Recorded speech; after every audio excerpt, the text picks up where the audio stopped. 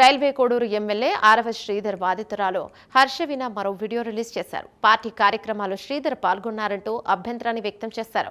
ఒకవేళ ఆర్ఎస్ శ్రీధర్ కు clean cheat ఇస్తే బాధితురాలుగా తనకు చెప్పాలని ఆమె కోరారు. క్లీన్ చీట్ ఇవ్వకుండా పార్టీలో పాల్గొంటే శ్రీధర్ పై ఎలాంటి చర్యలు తీసుకుంటారని ప్రశ్నించారు. 2 నెలలైనా ఎలాంటి చర్యలు తీసుకోలేదన్నారు. తనకు ఇప్పటికైనా న్యాయం చేయాలంటూ డిప్యూటీ సీఎం పవన్ కు విజ్ఞప్తి చేశారు. అందరికీ నమస్కారం. నేను వీణా ఇసుకపట్ల ఆర్ఎస్ శ్రీధర్ గురించి మాట్లాడదలుచుకున్నాను. నాకు రీసెంట్గా బెయిల్ మంజూరైంది, కండిషనల్ బెయిల్.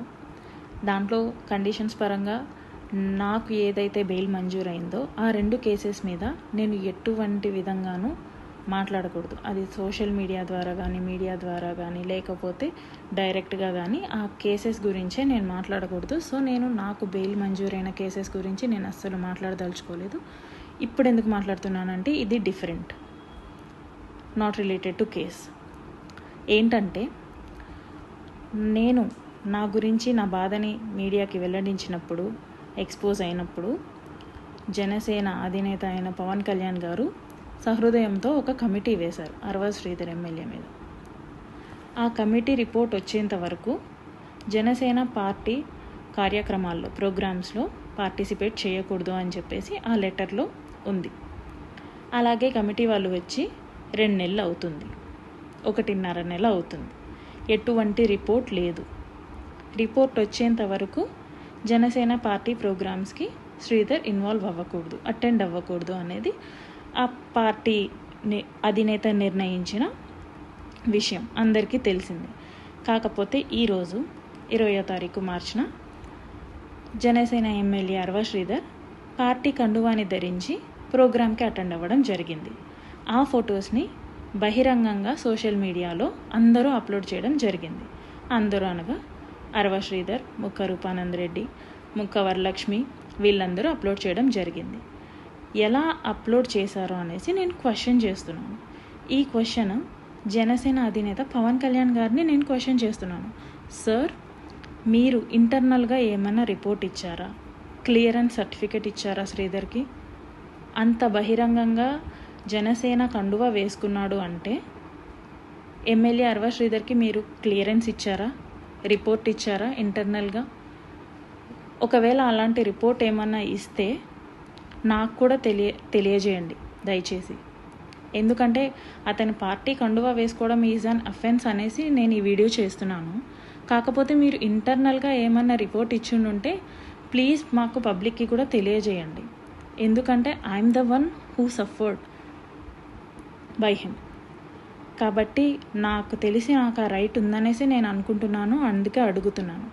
లేదు, మీరు ఎటువంటి రిపోర్ట్ ఇవ్వకుండానే తను మీ కండువా వేసుకున్నాడు, మీ పార్టీ కండువా వేసుకున్నాడంటే పవన్ కళ్యాణ్ గారు, ఐఎమ్ క్లియరింగ్ యూ దట్ ఇప్పటిదాకా శ్రీధర్ దృష్టిలో నాకు మాత్రమే లెక్కలేదనుకున్నాను. ఇక నుంచి నేను అనుకోవాల్సి వస్తుంది శ్రీధర్ దృష్టిలో పవన్ కళ్యాణ్ అనే వ్యక్తికి కూడా లెక్కలేదు అనేసి. శ్రీధర్ పవన్ కళ్యాణ్ని కూడా వ్యతిరేకిస్తున్నాడు అనేసి. పవన్ కళ్యాణ్ గారు చెప్పింది కూడా వ్యతిరేకించి పార్టీ కండువా వేసుకున్నాడు, ప్రోగ్రామ్కి అటెండ్ అయ్యాడు అనేసి. అంటే దీని ఉద్దేశం కమిటీకి వాల్యూ లేదా? పవన్ కళ్యాణ్ గారికి వాల్యూ లేదా? అసలు జనసేన పార్టీకి వాల్యూ లేదా? ఒకవేళ మీరు ఏదైనా అఫీషియల్ లెటర్ కానీ ఇచ్చుంటే ప్లీజ్ అది పబ్లిక్కి కూడా చెప్పండి. ఎందుకంటే ఇది బహిర్గతమైన విషయం. అందుకని నేను అడుగుతున్నాను, బాధితురాలుగా నేను మిమ్మల్ని అడుగుతున్నాను, ప్లీజ్ దీని గురించి చెప్పండి. అండ్ మీరు ఎటువంటి రిపోర్ట్ ఇవ్వకుండా, ఎటువంటి సజెషన్ కూడా ఎమ్మెల్యేకి ఇవ్వకుండా పార్టీ కండువా వేసుకుంటే మీరు ఎటువంటి చర్యలు తీసుకోదలుచుకున్నారు?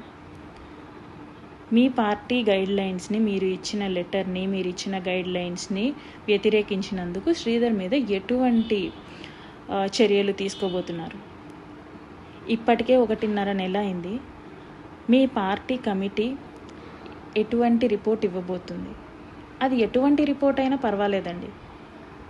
ఎప్పుడు రిపోర్ట్ ఇవ్వబోతుంది? ఎటువంటి రిపోర్ట్ ఇవ్వబోతుంది? నాకు ఏ విధంగా న్యాయం చేయగలుగుతున్నారు అనేసి నేను మిమ్మల్ని క్వశ్చన్ చేస్తున్నాను పవన్ కళ్యాణ్ గారు.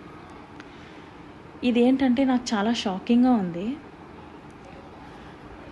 మీ పార్టీ గైడ్లైన్స్ ఇచ్చిన తర్వాత కూడా మీ ఎమ్మెల్యే మిమ్మల్ని లెక్క చేయకుండా పార్టీ కండువా ధరించటం గురించి మీకే వదిలేస్తున్నాను.